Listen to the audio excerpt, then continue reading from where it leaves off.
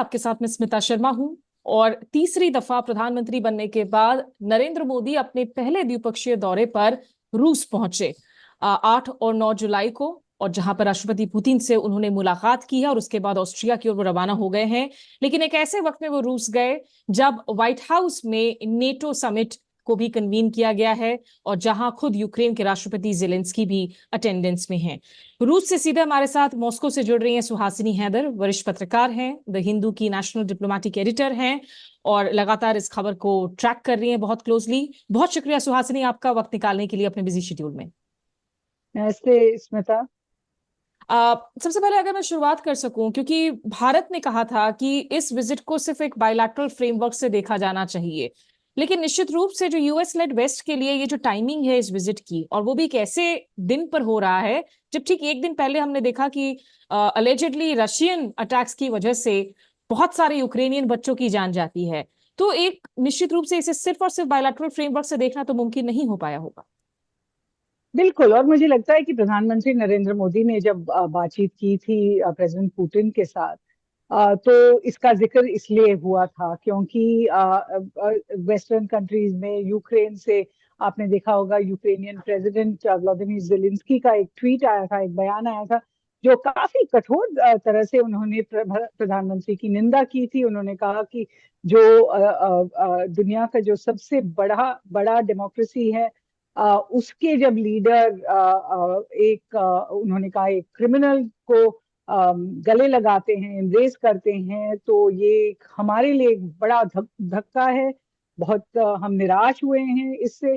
तो उस बयान के बाद मुझे लगता है कि प्रधानमंत्री को लगा कि कुछ कहने की जरूरत थी। उन्होंने स्पष्ट रूप से मिसाइल स्ट्राइक्स की बात नहीं की, स्पष्ट रूप से जो हॉस्पिटल जिसपे एक मिसाइल गिरा था मंडे को, उसकी बात नहीं की, लेकिन इतना जरूर कहा था प्रेसिडेंट पुतिन के सामने। और जब कैमरास ऑन थे, उन्होंने कहा कि जब किसी की भी मौत होती है, इनोसेंट सिविलियंस की मौत होती है, और खास तौर से जब बच्चों की मौत होती है, तो बहुत पीड़ा होती है और दिल मतलब फटने को जाता है। अब ये काफी स्ट्रॉन्ग शब्द हैं प्रधानमंत्री के लिए, और उन्होंने इसीलिए कहा है क्योंकि आई थिंक चारों तरफ से काफी निंदा हो रही थी कि इनके उनके विजिट की जो टाइमिंग के बारे में, जैसे आपने कहा, और भी बातें हैं। ये प्रधानमंत्री मोदी की पहली इंटरनेशनल का पहला इंटरनेशनल दौरा है जो बायलैटरल तौर पे वो आ रहे हैं रशिया। हालांकि नॉर्मली इंडियन प्राइम मिनिस्टर तो नेबरिंग कंट्रीज में जाते हैं, उनको ज्यादा तवज्जो देते हैं, लेकिन खास तौर से रशिया आना, खास तौर से ये पहला उनका उनका दौरा है रशिया का जब से यूक्रेन वॉर शुरू हुआ। और खुद अगर आप देखें तो भारत और रूस के बीच में जो एनुअल समिट हुआ करता था, ये एक ट्रेडिशन था, 20 साल से होता आ रहा है।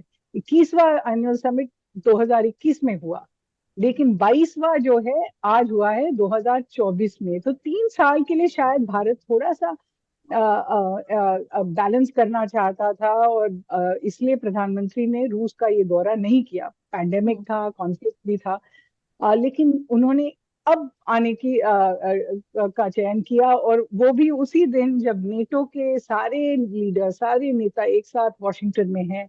वेस्टर्न अलायंस के पार्टनर्स भी हैं वहां पे, और मिस्टर जेलेंस्की भी वहां जा रहे हैं उनको संबोधित करने के लिए। और मुझे लगता है कि यूएस का ये मानना था कि उनके समिट से वो दिखा पाएंगे कि प्रेसिडेंट पुतिन काफी अलग थलग हो गए हैं, आइसोलेट हो गए हैं। हम्म। लेकिन प्रधानमंत्री मोदी का यहाँ आना इसी वक्त हम्म। उस सोच को आई थिंक थोड़ा सा नकारता है। लेकिन जिस वक्त वो पहुंचे नरेंद्र मोदी मॉस्को में एक दिन पहले, और उनको प्राइवेट डिनर के लिए भी होस्ट किया था प्रेसिडेंट पुतिन ने, जो स्टेट डिपार्टमेंट है उसके जो प्रवक्ता हैं मैथ्यू मिलर, उनका बयान आया। उन्होंने कहा कि हम क्लोजली देख रहे हैं और हम भारत को काफी बार कह चुके हैं कि जो बेसिकली जो यूएन चार्टर्स है उनको रिस्पेक्ट की जानी चाहिए, खास करके जब सॉवरेनिटी, टेरिटोरियल इंटेग्रिटी का मसला हो। और इन बातों को हमने सुना है कि प्रधानमंत्री मोदी ने इनको रेस किया है, फोकस ये रहा है उनकी रिस्ट्रिक्टेड बातचीत में और फिर डेलीगेशन लेवल टॉक्स में। लेकिन भारत ने मध्यस्थता तो नहीं की है। क्या एज एन इंटरलोक्यूटर यहाँ पर प्राइम मिनिस्टर मोदी को देखा जाए, कैसे देखा जाए उनके इस दौरे को? मुझे लगता है कि इस विजिट से काफी मैसेजेस भारत की सरकार देना चाहती है। एक तो ये जरूर है कि भारत शांति के पक्ष में है।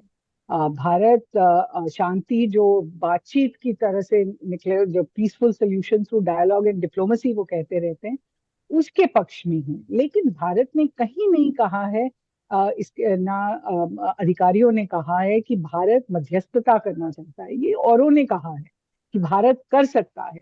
भारत बस ये कहना चाहता है कि हम ऐसा देश है जो दोनों रूस और यूक्रेन से बातचीत कर सकते हैं। आप देखें तो चीन भी एक ऐसा देश है, तुर्की ने जरूर कोशिश की है, और इंडोनेशिया ने एक बार भी किया था। हाल ही में हंगरी के जो प्राइम मिनिस्टर थे वो मॉस्को आए थे, अब चीन गए हैं। उन्होंने भी शांति की बातचीत की है दोनों देशों में। लेकिन आई थिंक प्रधानमंत्री मोदी ये कहना चाह रहे थे कि मैं दोनों तरफ से बातचीत कर सकता हूँ, मैं दोनों तरफ की बातें सुन सकता हूँ। लेकिन अभी तक स्मिता, ये जो मध्यस्थता की बात आती है वो शायद वेस्टर्न कंट्री से ज्यादा आती है। भारत Not खुद even a limited mediation, not even being an interlocutor. देखिए, ये तभी होगा जब दोनों तरफ से ये मांग हो कि भारत इसमें कुछ किसी तरह की दखल दे। भारत खुद इतना सेंसिटिव है इस मामले में, मध्यस्थता के मामले में, थर्ड पार्टी इंटरवेंशन के मामले में। आपने देखा होगा कि स्विट्जरलैंड जब गए थे, भारत के प्रधानमंत्री को इनवाइट किया था लेकिन वो नहीं गए, मिनिस्टर लेवल पे भी नहीं गए, लेकिन आप वहां पर थी स्विट्जरलैंड में। और जो भारत का बयान था वो काफी स्पष्ट था कि कोई भी बातचीत, कोई भी शांति का रास्ता तब तक नहीं सफल होगा जब तक दोनों जो पार्टी हैं कॉन्फ्लिक्ट में, युद्ध के दोनों पार्टी, दोनों आमने सामने बातचीत करें। तो आई थिंक कि भारत ये कहना चाह रहा है कि हम मदद जरूर कर सकते हैं लेकिन मध्यस्थता नहीं। दर्शकों को याद दिला दूं कि वैसे वैसे भारत और रूस के बीच में जो रिश्ते हैं उनमें खास पिलर्स ऊर्जा पर हैं निर्भर। भारत रूस यूक्रेन युद्ध के शुरुआत होने के पहले 1% से कम का तेल का आयात करता था रूस से। आज की तारीख में वो 40% से ज्यादा के इंपोर्ट्स हैं। दूसरा, हम डिफेंस कोऑपरेशन की ट्रेडिशनल बात करते हैं, परंपरागत रूप से बात करते हैं। इंडिया ने डाइवर्सिफाई जरूर किया है अपने बास्केट को। आज हम अमेरिका, इजराइल, फ्रांस से काफी इक्विपमेंट ले रहे हैं, लेकिन अभी भी बहुत सारे हमारे इक्विपमेंट स्पेयर पार्ट्स रूस के ही हैं। खास करके जो लाइन ऑफ एक्चुअल कंट्रोल या इंडिया के चाइनीज बॉर्डर्स के साथ में जो हमारे लगभग 70% डिप्लॉयमेंट के जो स्पेयर पार्ट्स हैं वो रशियन इक्विपमेंट ही हैं। तो ये जो पिलर्स के तहत, इन ट्रेडिशनल पिलर्स के अलावा अगर हम सिर्फ इस बायलैटरल विजिट की बात करें सुहासिनी, तो क्या आउटकम इंपॉर्टेंट निकल कर आया है? तो स्मिता, विदेश सचिव ने मीडिया को संबोधित किया था। उन्होंने कहा कि दूसरे एनुअल समिट के मुकाबले इस समिट का फोकस जो था ज्यादातर प्राइमरीली इकोनॉमिक, उन्होंने कहा। और आप देखिए कि भारत जो रूस के साथ करना चाहता है मिलिट्री स्तर पे इतनी ज्यादा प्रगति नहीं हो सकती है। एक तो क्योंकि कॉन्फ्लिक्ट चल रहा है, रूस से जो स्पेयर पार्ट्स आने थे वो भी बहुत देर से आ रहे हैं, तो कोई नया प्रोजेक्ट इस वक्त उसका ऐलान करना बहुत मुश्किल होगा। दूसरी तरफ से सैंक्शंस भी बढ़ रहे हैं और पूरी दुनिया की निगाह भारत पे है कि भारत रूस के साथ किस तरह से मिलिट्री और डिफेंस में कोऑपरेट कर रहा है। तो अगर उसको एक तरफ कर दिया जाए, और आपने देखा होगा कि एक लॉजिस्टिकल अग्रीमेंट दोनों मिलिट्रीज के बीच में जिसका नाम रेलॉस है, वो भी दोनों तरफ ने काफी कोशिश की लेकिन वो उस पे भी वो अग्रीमेंट नहीं, वो सहमत नहीं हो पाए थे। तो इसको अगर अलग रख के आप देखना चाहें तो भारत और रूस के बीच में जो रियल बढ़त हुई है पिछले कुछ सालों में, ये बायलैटरल ट्रेड में हुई है। प्रेसिडेंट पुतिन ने खुद कहा था अपने रिमार्क्स में जब प्राइम मिनिस्टर से मिले थे कि पिछले साल बायलैटरल ट्रेड 66%, 66% ज्यादा था उसके पहले साल के मुकाबले। और इस साल में पहले क्वार्टर में 20% ऑलरेडी मुनाफा हो गया है, ऑलरेडी बढ़ोतरी हो गई है बायलैटरल ट्रेड में। तो वो कहना चाह रहे हैं कि इससे हम ज्यादा ट्रेड में ही हम बहुत प्रोग्रेस कर सकते हैं। अब अभी उन दोनों लीडर्स ने एक तय किया है कि टारगेट अब $100 बिलियन 2030 तक वो करना चाहते हैं। लेकिन अगर आप सोचे तो ऑलरेडी दोनों देशों के बीच में $65 बिलियन की ट्रेड है, आयात निर्यात करते हैं और ज्यादातर भारत आयात करता है। 65 में से 60 तो भारत के जो तेल की निर्यात आयात है वो उस पे आ जाते हैं। ट्रेड इम्बैलेंस और काफी कंसर्निंग है भारत के लिए, ठीक तो जैसे इसको, चीन हाँ, के तो साथ हमारा इसको ट्रेड इम्बैलेंस है।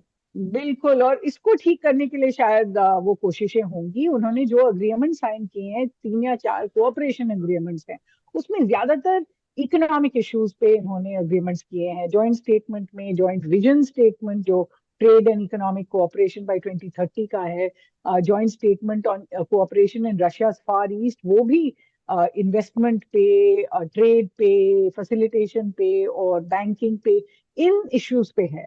तो एक उन्होंने एक डॉक्यूमेंट साझा किया है जिसमें 9 ऐसे क्षेत्र हैं जहां पर भारत और रूस के बीच में ट्रेड को बढ़ाने के लिए वो कोशिश कर सकते हैं। लेकिन सबसे बड़ा विषय मुझे लगता है कि ट्रेड में जो जो बिजनेसेस हैं, जो हम्म। भारत के तरफ से जो बिजनेसेस हैं, वो अभी भी थोड़ा हिचकिचाती हैं, थोड़ा डरते हैं कि जो भी ट्रेड वो रूस के साथ करें उससे उनका एक्सपोजर बढ़ेगा और वेस्टर्न सैंक्शन लग सकते हैं। आज तक आई थिंक यूएस ने शायद 4 या 5 भारतीय कंपनीज को सैंक्शन किया होगा।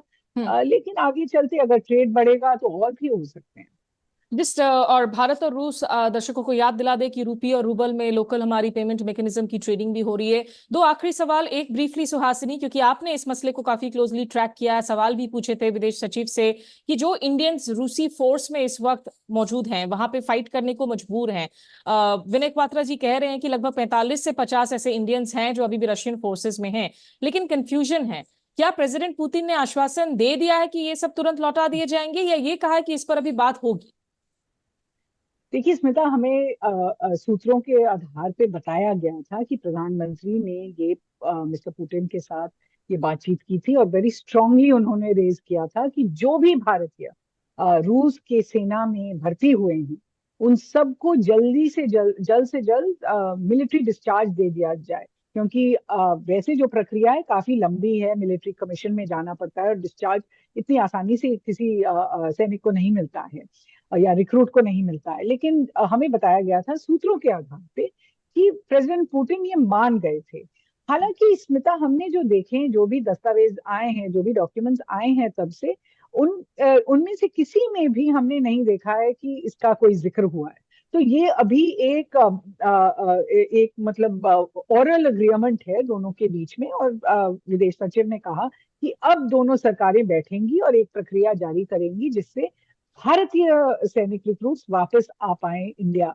लेकिन आपने अगर देखा होगा, हमने द हिंदू में एक सीरीज की थी, मेरे कॉलीग विजेता सिंह ने काफी लोगों से बातचीत की है और वो लगातार उनको लग रहा है कि 50 से भी काफी ज्यादा भारतीय आ चुके हैं रूस में। और जितनों से हमने बातचीत की है उनसे कहीं ज्यादा, क्योंकि जिनसे बातचीत हो रही है या जो एम्बेसी राजदूत से बात कर रहे हैं या जो इंडियन गवर्नमेंट को कह रहे हैं या जिनके परिवार जैसे एमपीज के थ्रू गवर्नमेंट पे अपील कर रहे हैं, वो सब वापस आना चाहते हैं। लेकिन ऐसे और भी हैं जो आ चुके हैं इसी इलीगल माइग्रेंट रूट से, भर्ती भी हो चुके हैं और काफी खुश हैं या रहना चाहते हैं, क्योंकि उनको 2 लाख महीने की आमदनी मिलती है। एक पॉसिबिलिटी है कि रूस में परमानेंट रेजिडेंसी मिल जाए या किसी तरह के पेपर्स मिल जाए। और ये भी आशा है इनकी कि वो वेस्टर्न यूरोप में जा पाए, शेंगन कंट्रीज में जा पाए, वहां और कमा पाए। तो वो जो है वो शायद वापस भी नहीं आना चाहते होंगे अभी, आज के वक्त में। जब तक जान है, जब तक सब ठीक लगता है, तो कोई नहीं वापस आना चाहेगा अगर वो कमा रहे हैं। लेकिन जो जिसका जिक्र विदेश सचिव ने किया, 35 से 50 उन्होंने कहा, वो ऐसे लोग हैं जो वापस आना चाहते हैं। तो इसीलिए मैंने स्पष्ट तौर से उनसे पूछा भी कि क्या प्रधानमंत्री मोदी जी चाहते हैं कि सिर्फ वो जो वापस आना चाहते हैं, जो डरे हुए हैं, जो मजबूर हैं युद्ध में जाने के लिए, वो उनकी बात हुई है या सबकी बात हुई है? और उन्होंने कहा कि सबकी बात हुई है। हाँ बिल्कुल, और दौरे के पहले उन्होंने कहा था कि 10 कम से कम ऐसे भारतीय हैं जो अभी तक वापस आ चुके हैं। एक वापस लास्ट क्वेश्चन सुहासिनी, क्योंकि इंडिया ने, प्रधानमंत्री मोदी अपने तीसरे दफा प्रधानमंत्री बनने के बाद में G7 शिखर वार्ता में एज अ स्पेशल इनवाइटी शामिल हुए थे, लेकिन कजाकिस्तान में शंघाई कोऑपरेशन ऑर्गेनाइजेशन होता है उसमें वो नहीं जाते हैं। पिछले साल एससीओ की मेजबानी भारत कर रहा था, हमने उसे ऑनलाइन फॉर्मेट में उसे होस्ट किया। ग्लोबल साउथ में चाइना के साथ compete करने की बात करते हैं लीडरशिप में, और अब इस साल ब्रिक्स की मेजबानी रूस करने जा रहा है, जहां पर इनविटेशन दिया गया है प्रधानमंत्री को, शायद वो दोबारा से वापस रूस लौटेंगे। क्या कोई कंफ्यूज मैसेजिंग नजर आ रही है इंडिया को, इंडिया की, जहां तक ये मल्टीलैटरल खास करके फोरम्स का सवाल है? देखिए, हमने अनौपचारिक तौर पे तो पूछा था अधिकारियों से कि इसका मतलब क्या है कि प्रधानमंत्री एससीओ से जाते जाते रुक गए। उन्होंने पहले कंफर्म किया था और फिर एक हफ्ते पहले शायद उन्होंने कहा कि वो नहीं जा पाएंगे, और नहीं जा पाए अस्ताना, लेकिन यहाँ मॉस्को पहुंच गए। तो ये भी नहीं कहा जा सकता है कि प्रधानमंत्री इस वजह से नहीं गए कि अमेरिका से प्रेशर है या वेस्टर्न कंट्री से प्रेशर है। वो खुद नहीं जाना चाह रहे थे। हमें जो समझ में आता है कि भारत एससीओ की जो लीडरशिप देखकर थोड़ा सा सोचने लग गया है कि क्या इस एससीओ से हमें कोई फायदा है, जब चीन का इतना बोलबाला है। आप देखते हैं, आप भी आई थी, हम्म। एससीओ जो उज्बेकिस्तान में हुआ था, वहां जो चीन के लीडर को जिस तरह से जगह मिलती है और जिस तरह से प्रभाव है चीन का सारे एसोसिएशन पे, तो शायद भारत में थोड़ी सी अनबन है इसकी वजह से। हम्म। हालांकि आप बिल्कुल सही कह रही हैं कि कंफ्यूजन है, क्योंकि अगर सिर्फ 7 साल पहले, आपको याद होगा कि पहले भारत ऑब्जर्वर था एससीओ का, हम्म। भारत कभी सदस्यता नहीं चाहता था। ये सदस्यता की प्रक्रिया 2015 में हुई है, तो यही हम्म। सरकार थी जिसने प्रक्रिया शुरू की। फिर एससीओ में उन्होंने दाखिला लिया पाकिस्तान के साथ, और फिर आप देख रहे हैं 7 साल बाद अनबन है कि शायद एससीओ से हमें इतना फायदा नहीं आ रहा है। जहाँ तक ब्रिक्स का सवाल है, मुझे लगता है अलग है। ब्रिक्स तो अब एक्सटेंडेड ब्रिक्स हो गया है, हम्म। उसमें यूएई भी है, सऊदी अरेबिया भी है। ग्लोबल साउथ की जब आप बात करें तो सारे उसके इमर्जिंग लीडरशिप जो हम्म। है, ये सब ब्रिक्स एक्सटेंडेड फॉर्मेट में होगी। तो मुझे लगता है, और रूस जब इसको होस्ट कर रही है, तो प्रधानमंत्री मोदी जरूर इस पे ज्यादा तवज्जो देंगे। हालांकि एससीओ में ना जाके भारत ने शायद इस वजह से वो नहीं गए क्योंकि चीन था या पाकिस्तान के प्रधानमंत्री थे। हम्म। लेकिन सेंट्रल एशियन कंट्रीज की काफी नाराजगी है इस पे।